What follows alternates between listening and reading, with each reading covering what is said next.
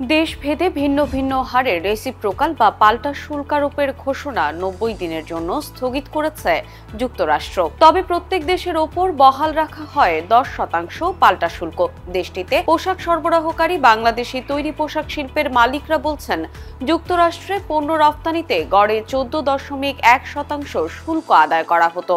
এখন পাল্টা শুল্ক বাবদ অতিরিক্ত 10% ভার এককভাবে ক্রেতারা নিতে চাচ্ছেন না।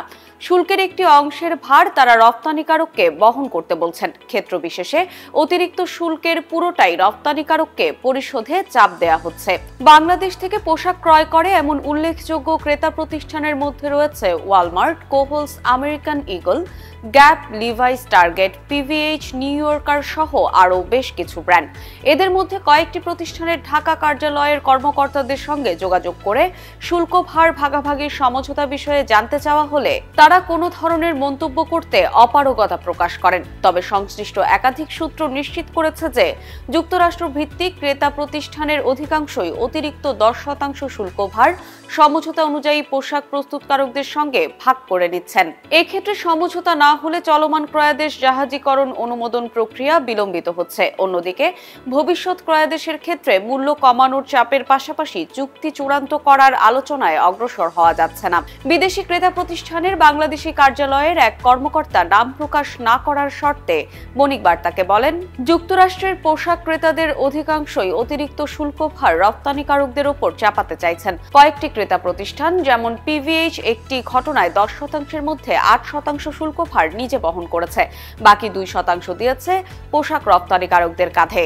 তবে বেশিরভাগ ক্ষেত্রে ক্রেতারা নৈতিক ক্রয় চর্চা করছেন না। বাংলাদেশের যুক্তরাষ্ট্র ভিত্তিক পোশাক ব্র্যান্ড লিভাইসের স্টোরের অংশীদার প্রতিষ্ঠান ডিবিএল গ্রুপ। এই প্রতিষ্ঠান যুক্তরাষ্ট্রের বাজারে বৃহৎ পোশাক রপ্তানিকারকদের অন্যতম। ডিবিএল গ্রুপের ব্যবস্থাপনা পরিচালক এম এ জব্বারের কাছে অতিরিক্ত শুল্কের ভার বহনে ক্রেতারা অনুরোধ করছেন কিনা জানতে চাওয়া হয়। তিনি বণিক বার্তাকে বলেন, বিষয়টি সত্য। এরই মধ্যে ক্রেতারা এমন অনুরোধ করেছেন। অতিরিক্ত শুল্ক ক্রেতাদের ব্যয় বাড়াচ্ছে, ফলে তারা প্রতিক্রিয়া দেখাচ্ছেন। অতিরিক্ত 10% নিয়ে সমঝোতা করছেন। অনেকে 10%-এর অর্ধেক শেয়ার করতে বলছেন। পোশাক সরবরাহকারীর সক্ষমতা অনুযায়ী চূড়ান্ত সিদ্ধান্ত নেওয়া হচ্ছে। অতিরিক্ত ব্যয়ভারের পুরোটা ক্রেতা একা নিতে চাইছেন না। যেহেতু অনেক ক্রয়াদেশের বুকিং আছে, ফলে সমঝোতা ঠিক মতো করতে পারলে অতিরিক্ত শুল্কের সিংহভাগ ক্রেতাকে দিয়ে বহন করানো সম্ভব হবে বলে আশা প্রকাশ করেন এম এ জব্বার। তিনি বলেন, তবে আমাদের মুনাফা করার সক্ষমতা কমবে। পরিস্থিতি মোকাবেলায় উৎপাদন দক্ষতার উন্নয়ন ঘটাতে হবে। সেজন্য প্রয়োজন হবে নিরবিচ্ছিন্ন বিদ্যুৎ ও গ্যাস। এরই মধ্যে যুক্তরাষ্ট্র রিটেইলারদের স্টোরে শুল্ক আরোপের প্রভাব পড়েছে। পণ্য বিক্রির গতি শ্লথ হওয়ার কথা জানতে পেরেছি। সবাই কিছুটা রক্ষণশীল হতে শুরু করেছে। এ পরিস্থিতিতে ক্রেতার ভোগ ব্যয় কমে যাবে। বাংলাদেশের রপ্তানিকারকদের জন্য চাপ পড়বে পণ্যের দামে। তবে বছর শেষে পণ্যের ভলিউম আগের মতোই থাকবে বলে আশা করছি। শিল্প মালিকরা জানিয়েছেন, ট্রাম্পের ঘোষণার প্রভাব পড়তে শুরু করেছে পোশাকের রিটেল স্টোরগুলোতে। চূড়ান্ত ভোক্তারা পণ্য ক্রয়ে রক্ষণশীল হচ্ছেন। আবার সতর্কতার ছাপ পড়েছে রিটেল স্টোরের গুদাম ব্যবস্থাপনায়ও।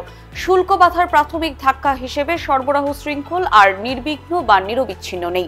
একদিকে ভোক্তার রক্ষণশীলতা, অন্যদিকে পরিস্থিতি মোকাবেলায় পণ্যের মূল্য কমানোর জন্য পোশাক প্রস্তুতকারকদের উপর ক্রেতার চাপ। যুক্তরাষ্ট্রে পোশাক রপ্তানিকারকদের অন্যতম বৃহৎ একটি প্রতিষ্ঠানের ব্যবস্থাপনা পরিচালক নাম প্রকাশ না করার শর্তে বণিক বার্তাকে বলেন, আমাদের অবস্থা খুবই খারাপ। যুক্তরাষ্ট্রের কিছু ক্রেতা অতিরিক্ত শুল্ক ভার শেয়ার করতে বলছেন। কোনো ক্রেতা 5%, কেউ 2%, যে যেভাবে পারছেন রপ্তানিকারকদের উপর চাপিয়ে দিচ্ছেন।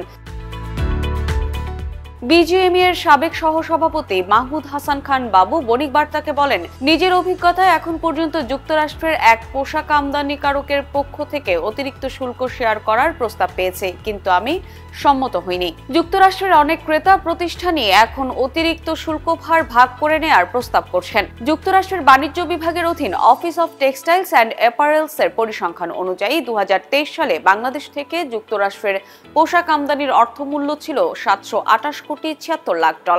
2024 সালে যা বেড়ে হয়েছে $734.3 কোটি।